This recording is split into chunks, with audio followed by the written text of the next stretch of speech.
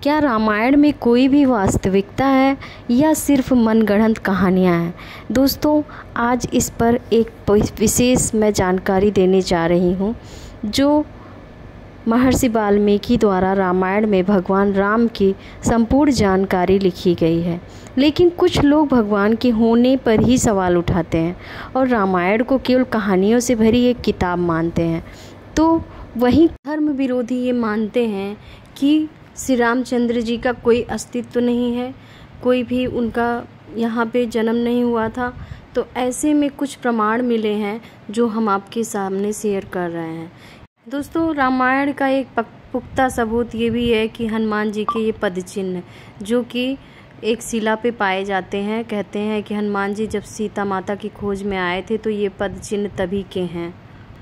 दूसरा है कि दोस्तों, जब हनुमान जी लंका दहन करके गए थे तो लंका में आज भी जो मिट्टी पाई जाती है वो हमेशा काली ही पाई जाती है। उसके आसपास के एरिया की मिट्टी अच्छी होती है, लेकिन इस लंका के एरिया की मिट्टी हमेशा काली ही होती है।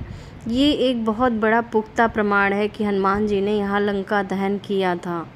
तीसरा प्रमाण है राम सेतु, जिसे एडम ब्रिज के नाम से आज जानते हैं।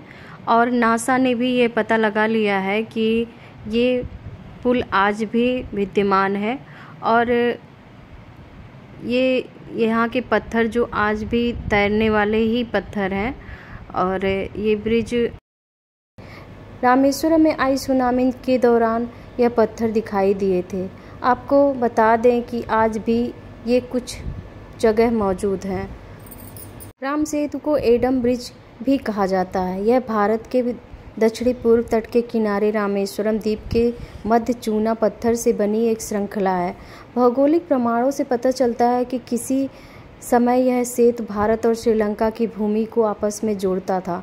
वाल्मीकि के अनुसार नल और नील के सानिध्य में वानर सेना 5 दिन में 30 किलोमीटर लंबा और 3 किलोमीटर चौड़ा पुल तैयार किया था। राम सेतु एक बार फिर सुर्खियों में आया जब नासा के उपग्रह द्वारा लिए गए फोटो मीडिया में सुर्खियों में बने।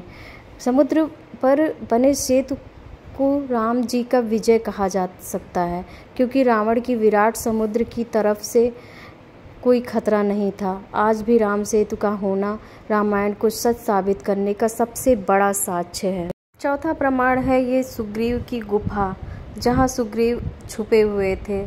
जब किष्किंधा के राजा बलि उनको मारने के लिए उनका पीछा कर रहे थे तो सुग्रीव जाके इस गुफा में छुप गए थे। कहा जाता है कि राजा बलि को यहाँ का किष्किंधा में श्राप मिला था कि वो इस पर्वत पर नहीं आ सकते हैं, इसीलिए सुग्रीव यहाँ पर जाके छुप गए थे। और बाद में श्री रामचंद्र जी यहाँ आए और सुग्रीव को सब कुछ साथ देकर और राजा बलि को मार के और सुग्रीव को किष्किंधा का राजा बनाए। पांचवा प्रमाण है दोस्तों ये गुफा, जहाँ माता सीता को कहते हैं कि रखा गया था अशोक वाटिका में। ये वही गुफा है। और दोस्तों, आज भी जिस अशोक वाटिका में माता सीता को रखा गया था वहाँ आज भी अशोक के वृक्ष ही पाए जाते हैं। और कहा जाता है कि वहाँ पे अशोक के वृक्ष के अलावा कुछ भी नहीं उगता है।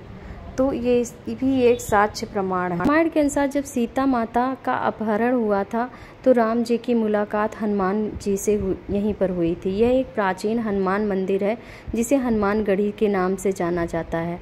कहा जाता है कि लंका विजय के बाद भगवान श्री रामचंद्र जी ने हनुमान जी को यह जगह रहने को दिया था, जिसके कारण इसे हनुमान जी का घर भी कहा जाता है। कहा जाता है कि लक्ष्मण के मूर्छित होने के बाद राजवैद्य सुरोण के उपाय के अनुसार द्रोणगिरी पर्वत से संजीवनी बूटी लाना था। तब हनुमान जी संजीवनी बूटी लेने द्रोणगिरी पर्वत गए थे।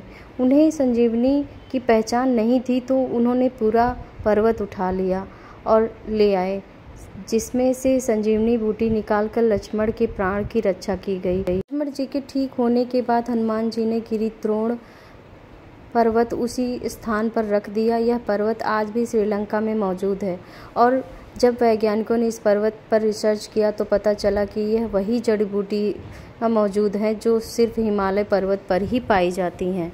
इसलिए यह सबसे पुख्ता सबूत है कि यहाँ पे वास्तव में हनुमान जी वो पर्वत उठा के लाए थे। तो ये थे दोस्तों कुछ ऐसे प्रमाण जिनसे ये साबित होता है कि श्री रामचंद्र जी अयोध्या में जन्म लिए और रावण को मारे। दोस्तों ऐसे ही और वीडियो के लिए आप मेरे चैनल पर बने रहिएगा और अपना सपोर्ट बनाए रखिएगा। बाय बाय दोस्तों।